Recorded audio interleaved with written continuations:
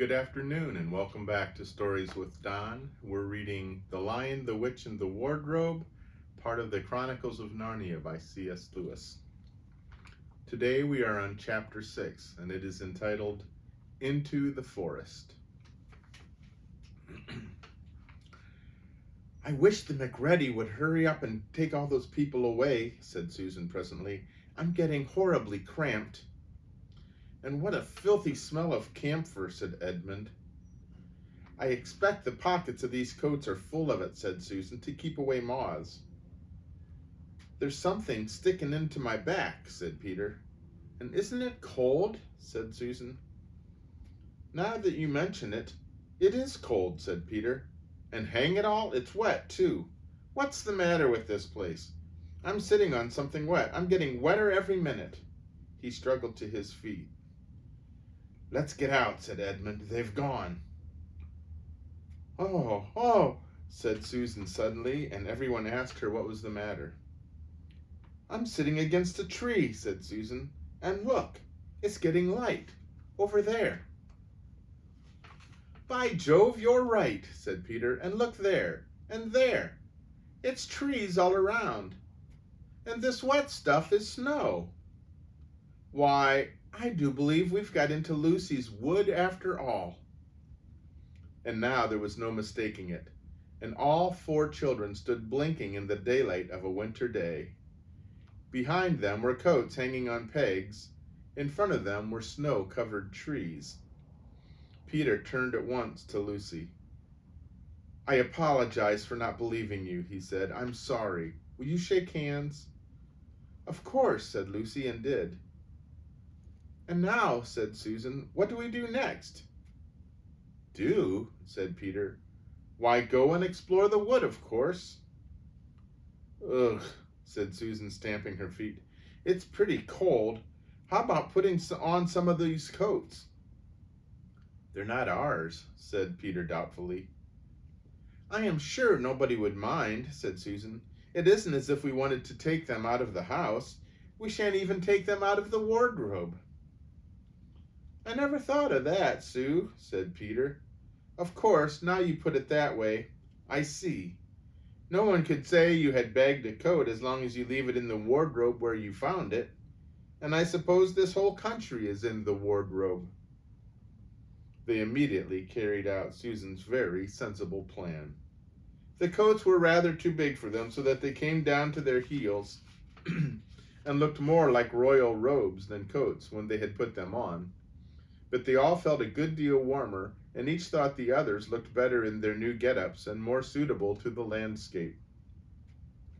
We can pretend we are Arctic explorers, said Lucy. This is going to be exciting enough without pretending, said Peter, as he began leading the way forward into the forest. There were heavy, darkish clouds overhead, and it looked as if there might be more snow before night. I say, began Edmund presently, oughtn't we to be bearing a bit more to the left? That is, if we are aiming for the lamp-post? He had forgotten for the moment that he must pretend never to have been in the wood before. The moment the words were out of his mouth, he realized he had given himself away. Everyone stopped. Everyone stared at him. Peter whistled. So, you really were here, he said. That time Lou said she'd met you in here, and you made out she was telling lies. There was a dead silence. Well, of all the poisonous little beasts, said Peter, and shrugged his shoulders and said no more. There seemed, indeed, no more to say. And presently the 4 resumed their journey, but Edmund was saying to himself, I'll pay you all out for this, you pack of stuck-up, self-satisfied prigs. Where are we going, anyway, said Susan, chiefly for the sake of changing the subject. I think Lou ought to be the leader, said Peter. Goodness knows she deserves it. Where will you take us, Lou? How about going to see Mr. Tumnus, said Lucy. He's the nice fawn I told you about. Everyone agreed to this, and off they went, walking briskly and stamping their feet. Lucy proved to be a good leader. At first, she wondered whether she would be able to find the way, but she recognized an odd-looking tree on one place and a stump in another, and brought them on to where the ground became uneven, and into the little valley, and at last to the very door of Mr. Tumnus's cave. But there was a terrible surprise for them. The door had been wrenched off its hinges and broken to bits. Inside, the cave was dark and cold, and had the damp feel and smell of a place that had not been lived in for several days. Snow had drifted in from the doorway and was heaped on the floor, mixing with something black, which turned out to be the charred sticks and ashes from the fire. Someone had apparently flung it about the room and then stamped it out. The crockery lay smashed on the floor, and the picture of the fawn's father had been slashed into shreds with a knife. "This is a pretty good washout," said Edmund. "Not much good coming here." "What is this?" said Peter, stooping down. He had just noticed a piece of paper which had been nailed through the carpet to the floor. "Is there anything written on it?" asked Susan. "Yes, I think there is," answered Peter, "but I can't read it in this light. Let's get out into the open air."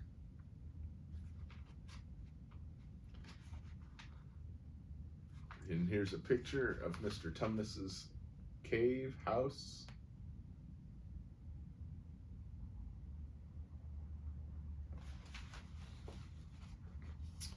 They all went out into the daylight and crowded round Peter as he read out the following words.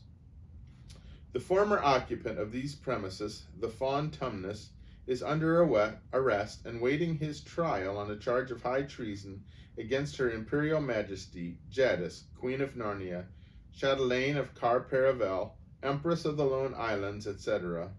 Also of accompanying her said Majesty's enemies, harboring spies, and fraternizing with humans. Signed, Maugrim, Captain of the Secret Police. Long live the Queen." The children stared at each other. "I don't know that I'm going to like this place after all," said Susan. "Who is this Queen, Lou?" said Peter. "Do you know anything about her?" "She isn't a real queen at all," answered Lucy. "She's a horrible witch, the White Witch. Everyone, all the wood people hate her. She has made an enchantment over the whole country so that it is always winter here and never Christmas." I wonder if there's any point in going on," said Susan. "I mean, it doesn't seem particularly safe here, and it looks as if it won't be much fun either. And it's getting colder every minute, and we've brought nothing to eat. What about just going home?" "Oh, but we can't," said Lucy suddenly. "Don't you see? We can't just go home, not after this. It's all on my account that the poor fawn has got into this trouble. He hid me from the witch and showed me the way back.